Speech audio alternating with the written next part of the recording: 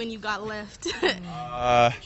I can't remember, but yeah, it's a good service, Uber, so it's all good. Did you have to hear about it from the guys, or did they just kind of like let it go?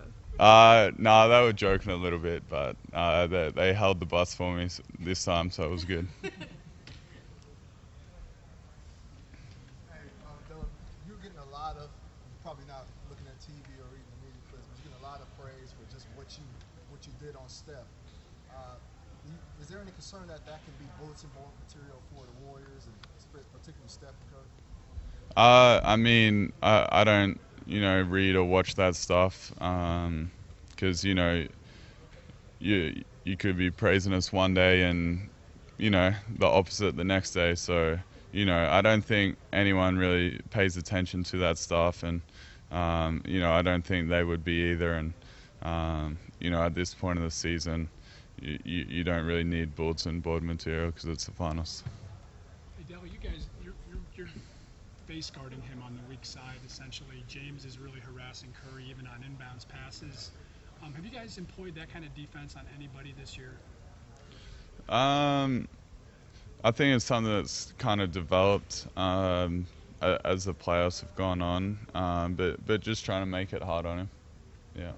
How about then going over screens? Is that a must against them?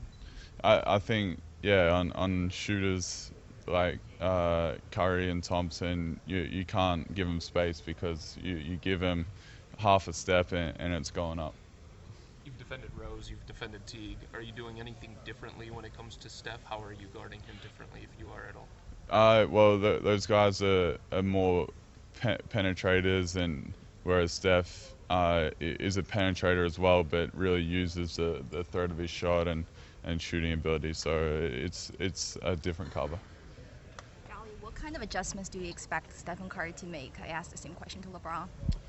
I mean, he's going to be aggressive, like he usually is, and he's a great player and can get off his shot whenever he wants to. So we just got to try to make it hard as possible, and if he knocks a couple down, just keep playing and not get discouraged by it. You could have 5 games left in the season. What is it about your past career that makes you think you could put in that kind of effort, 5 more games against the MVP?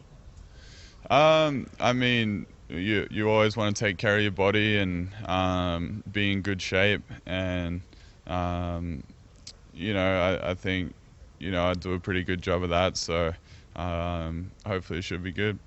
Did you get to know Steph at all when you were out at St. Mary's? No. Not at all. No. Did you pick up with them or anything? Nah. Matt, do you have a sense of kind of the volume or level of support and interest that's this series and you in particular have kind of garnered from people back home? Are you hearing much from them and things like that? I mean, my parents have told me that back in Maryborough there's a lot of support, and then in Australia, watching Paddy and Bainesy last year, there was a lot of support and interest. So yeah, I've heard that with Bogues and myself in the series, it's a lot of people have been following. Have you been in touch with Paddy through these playoffs at all? Just a little bit of texting, but yeah, looking forward to playing with those guys in the national team in about a month or so. But after him just going through this last year, did he have any words for you or anything? I talked to him a little bit at the start of the playoffs. Yeah. How difficult is it to keep up that defensive intensity on Steph for 42 minutes? And do you think you can do that for 5 more games? I mean, I think playing at finals intensity is obviously tough for any kind of minutes, but you want to be in good shape, and I think I'm in pretty good shape right now, and just try to do all the little things to take care of your body. Are you one of those guys that turns off your phone during this time of year and tries to keep things as quiet and small as possible? Or are you getting a sense of how big the reaction to you has been?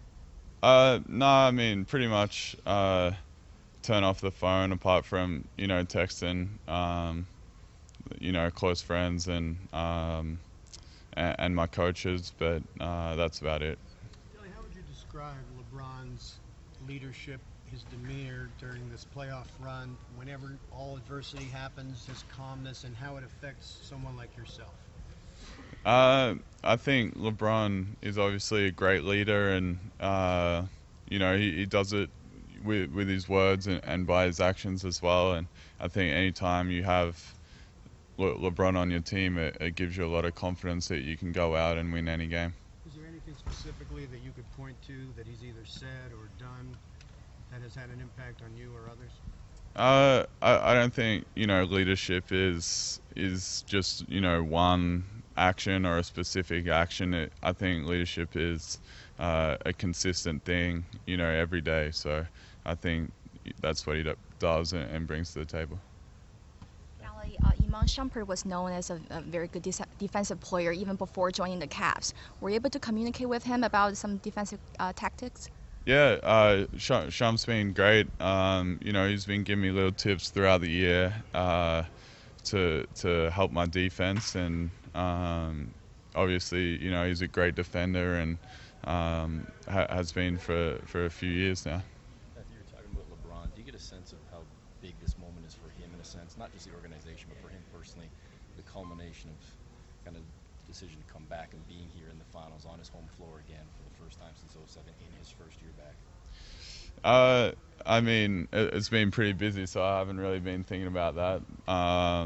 But I guess, it's obviously a big deal for him, but I think it's a big deal for all of us and means a lot. So we're just focusing on what we need to do to get the job done.